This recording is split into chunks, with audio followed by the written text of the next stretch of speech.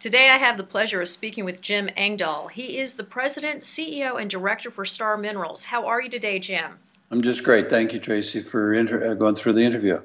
Jim, we are so excited to hear what you're doing with Star Minerals. I've been reviewing the information. Of course, we followed you for years with Great Western Minerals, but it appears that the main agenda for Star Minerals is to become a big acquisition play for critical materials. Can you confirm that this is correct, or can you tell us more clearly what it is that the focus for Star Minerals is, please?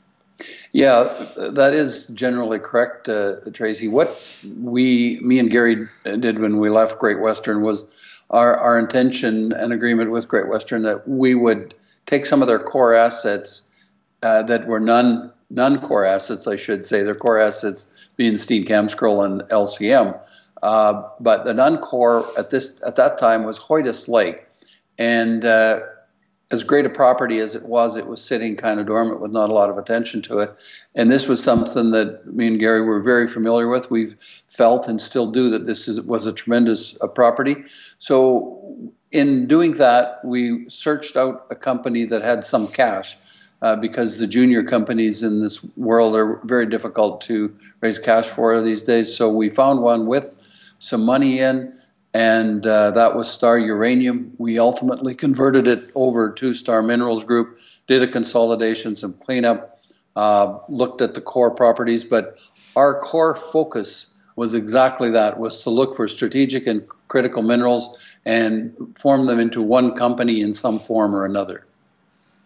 So Jim, you had over the years you had raised over $150 million for Great Western. So you have a lot of experience not only deal making but raising capital. Your most recent news release was about a company called Montana Gold Operations that you're planning on doing a joint venture with. Is that correct? That's correct, Tracy. As a matter of fact, that deal has been completed and it's underway, and we actually expect production there starting this week. But we're not in the gold business, and that's one thing I want to make our listeners and shareholders to really understand. The way the junior markets are today, it's exceptionally difficult to raise capital without a huge dilution because of the market cap of most companies, and ours is no different.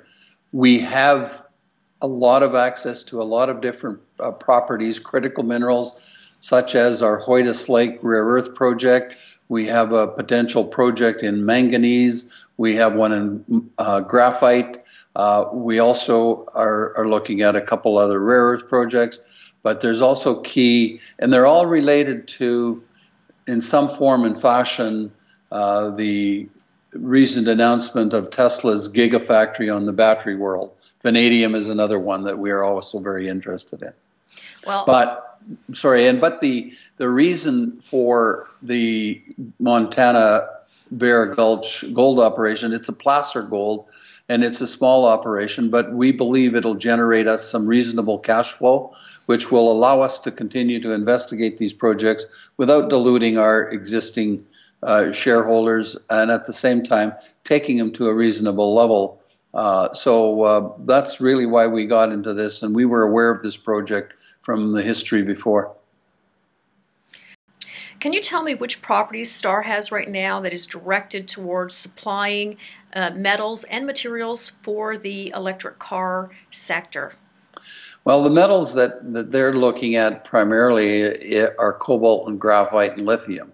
Now, those are certainly ones that we're interested in, and because of my connection with Formation, that's certainly one that we can work with in some form, as they are the only primary producer, will be the only primary producer of cobalt in the Western world. So I think that's that one should really be exciting for Formation in terms of that. But we also are going to continue to work towards the development of the manganese project that I mentioned that we do not have at this point in time. But the gigafactory the materials used for the battery for the electric cars is the cobalt and graphite. But Panasonic will also be involved in that, and all of the other batteries that they use most of them will use manganese. And that is a source, the project we're working on is a source in the United States that is very exciting. So Jim, the question I'm just dying to ask you, and of course many people have written emails to me with regards to you and Gary, for instance, is what is your opinion on where Great Western Minerals is today? Well, Great Western still has the two key assets that really created the value in the company, and there's no reason to expect that those assets are not going to come to fruition. I think the new management made a decision to do the bankable feasibility study to even prove it up a little further, and I think that has been done. So I still am holding out a lot of hope that they can get the financing for the next stage to get there. The key thing was to be one of the first to production in the industry. I still think they have a good chance of that because Molycorp and Lynas aren't achieving the objectives that they wanted, and I think Great Western still has that if they can get to market in the quickest time possible from here on in.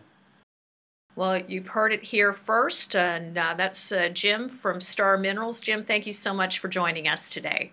Thank you, Tracy. It's been a pleasure to talk to you again.